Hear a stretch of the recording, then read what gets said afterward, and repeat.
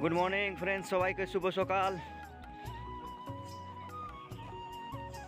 এখন সুন্দরভাবে সবাইকে রানিং করা হচ্ছে মাঠের মধ্যে।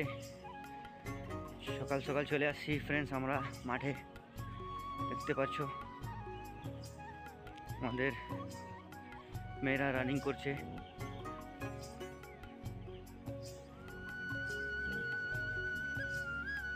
কি সুন্দর দৃশ্য আপনাদের দেখার চেষ্টা করছি ফ্রেন্ডস। যদি ভিডিওটা ভালো লাগে তা লাইক করে শেয়ার করে দিবেন একটু, আর চ্যানেলে না থাকলে একটু সাবস্ক্রাইব করে দিলে যা ভিডিও আসবে তাড়াতাড়ি দেখতে পারবেন ফ্রেন্ডস আপনারা। সামনে তাকাচ্ছিস কেন তোরা? পিছনে তাকাচ্ছিস কেন? সামনে থেকে চল, তোরা নিজের কাজ কর, চল।